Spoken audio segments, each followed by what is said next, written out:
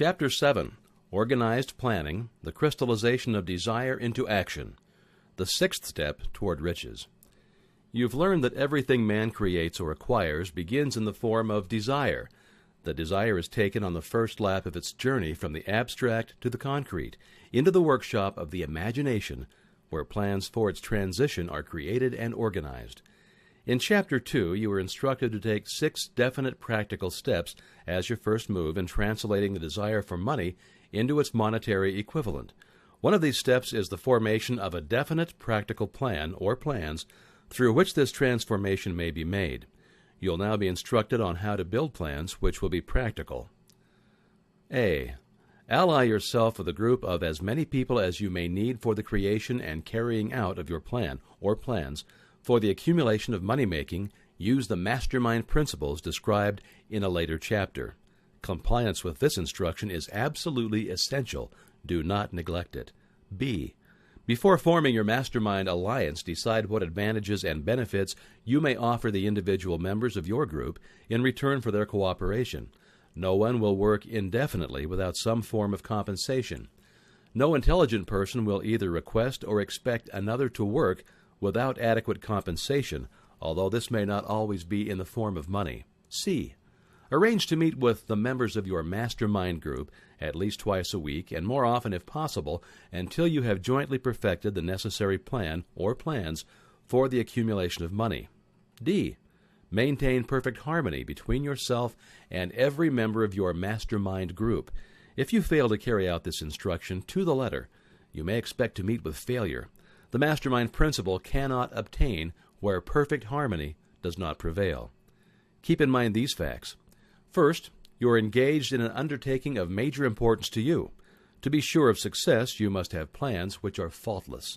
Second, you must have the advantage of the experience, education, native ability, and imagination of other minds. This is in harmony with the methods followed by every person who has accumulated a great fortune.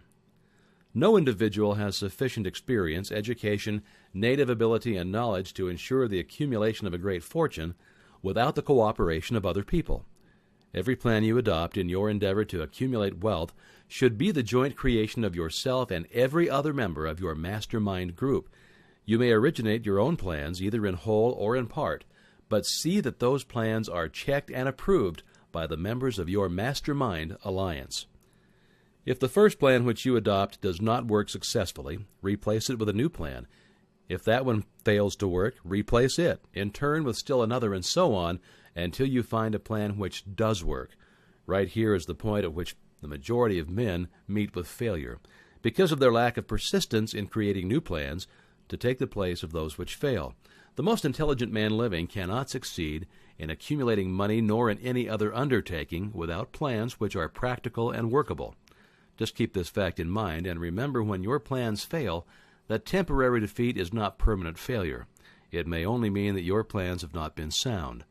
Build other plans. Start all over again.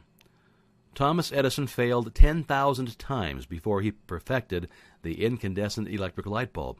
That is, he met with temporary defeat 10,000 times before his efforts were crowned with success. Temporary defeat should mean only one thing: the certain knowledge that there is something wrong with your plan. Millions of men go through life in misery and poverty because they lack a sound plan through which to accumulate a fortune. Henry Ford accumulated a fortune not because of his superior mind, but because he adopted and followed a plan which proved to be sound. 1,000 men could be pointed out, each with better education than Ford's, yet each of whom lives in poverty because he does not possess the right plan for the accumulation of money. Your achievement can be no greater than your plans are sound. That may seem to be an axiomatic statement, but it's true. Samuel Insull lost his fortune of over $100 million. The Insull fortune was built on plans which were sound. The business depression forced Mr. Insull to change his plans, and the change brought temporary defeat. Because his new plans were not sound, Mr. Insull is now an old man. He may consequently accept failure instead of temporary defeat. But if his experience turns out to be failure, it will be for the reason that he lacks the fire of persistence to rebuild his plans. No man is ever whipped until he quits in his own mind. This fact will be repeated many times because it's so easy to take the count at the first sign of defeat. James J. Hill met with temporary defeat when he first endeavored to raise the necessary capital to build a railroad from east to the west, but he too turned defeat into victory through new plans. Henry Ford met with temporary defeat not only at the beginning of his automobile career, but after he had gone far toward the top. He created new plans and went marching on to financial victory.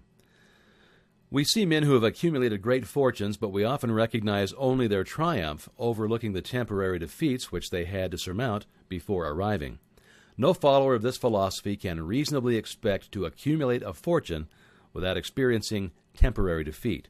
When defeat comes, accept it as a signal that your plans are not sound. Rebuild those plans and set sail once more toward your coveted goal. If you give up before your goal has been reached, you're a quitter. A quitter never wins, and a winner never quits. Lift this sentence out, write it on a piece of paper in letters an inch high, and place it where you will. See it every night before you go to sleep, and every morning before you will go to work. When you begin to select members for your mastermind group, endeavor to select those who do not take defeat seriously. Some people foolishly believe that only money can make money. Well, that's not true. Desire, transmuted into its monetary equivalent through the principles laid down here, is the agency through which money is made. Money of itself is nothing but inert matter. It cannot move, think, or talk, but it can hear when a man who desires it calls it to come. Planning the sale of services. The remainder of this chapter has been given over to a description of ways and means of marketing personal services. The information here conveyed will be of practical help to any person having any form of personal services to market, but it will be of priceless benefit to those who aspire to leadership in their chosen occupations. Intelligent planning is essential for success in any undertaking designed to accumulate riches. Here will be found detailed instructions to those who must begin the accumulation of riches by selling personal services. It should be encouraging to know that practically all of the great fortunes began in the form of compensation for personal services, or from the sale of ideas. What else except ideas and personal services would one not possessed of poverty have to give in return for riches? Broadly speaking, there are two types of people in the world. One type is known as leaders, and the other is followers. Decide at the outset whether you intend to become a leader in your chosen calling or remain a follower. The difference in compensation is vast. The follower cannot reasonably expect the compensation to which a leader is entitled, although many followers make the mistake of expecting such pay. It's no disgrace to be a follower. On the other hand, it's no credit to remain a follower either. Most great leaders begin in the capacity of followers. They became great leaders because they were intelligent followers. With few exceptions, the man who cannot follow a leader intelligently cannot become an efficient leader. The man who can follow a leader most efficiently is usually the man who develops into leadership most rapidly. An intelligent follower has many advantages, among them the opportunity to acquire knowledge from his leader. The major attributes of leadership. The following are important factors of leadership. Number 1, unwavering courage based upon knowledge of self and of one's occupation. No follower wishes to be dominated by a leader who lacks self-confidence and courage. No intelligent follower will be dominated by such a leader for very long. Number 2, self-control. The man who cannot control himself can never control others. Self-control sets a mighty example for one's followers, which the more intelligent will emulate. Number 3, a keen sense of justice. Without a sense of fairness and justice, no leader can command and retain the respect of his followers. 4, definiteness of decision. The man who wavers in his decisions shows that he's not sure of himself. He cannot lead others successfully. Number 5, definiteness of plans.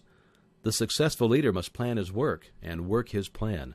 A leader who moves by guesswork without practical definite plans is comparable to a ship without a rudder. Sooner or later, he will land on the rocks. Number 6, the habit of doing more than paid for. One of the penalties of leadership is the necessity of willingness upon the part of the leader to do more than he requires of his followers. Number 7, a pleasing personality. No slovenly, careless person can become a successful leader. Leadership calls for respect. Followers will not respect a leader who does not grade high on all of the factors of a pleasing personality. Number 8, sympathy and understanding.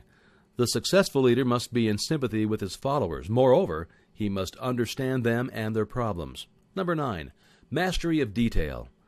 Successful leadership calls for mastery of detail of the leader's position.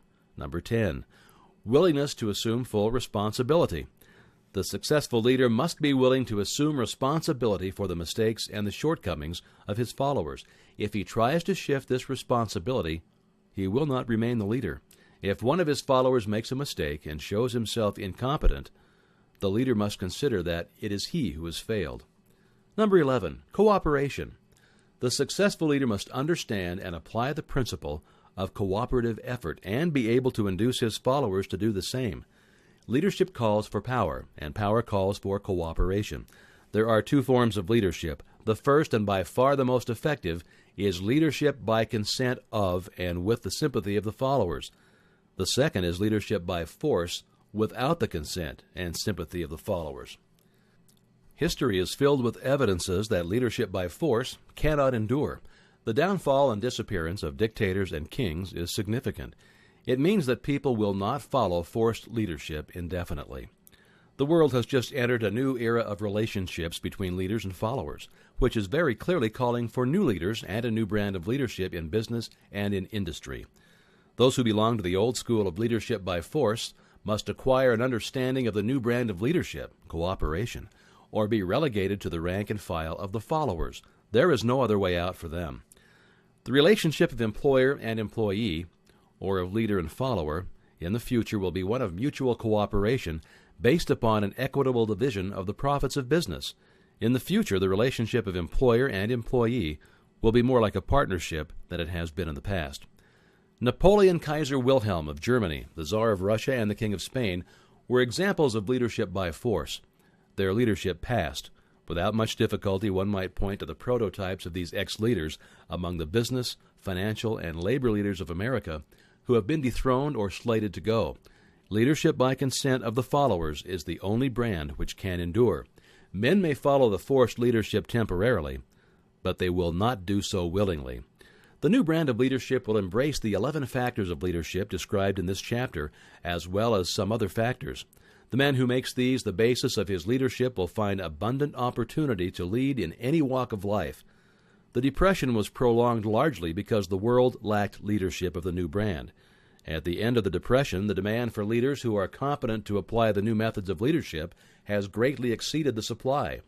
Some of the old type of leaders will reform and adapt themselves to the new brand of leadership, but generally speaking, the world will have to look for a new timber for its leadership. The necessity may be your opportunity. The 10 major causes of failure in leadership. We come now to the major faults of leaders who fail because it is just as essential to know what not to do as it is to know what to do. Number 1, inability to organize details. Efficient leadership calls for ability to organize and master details.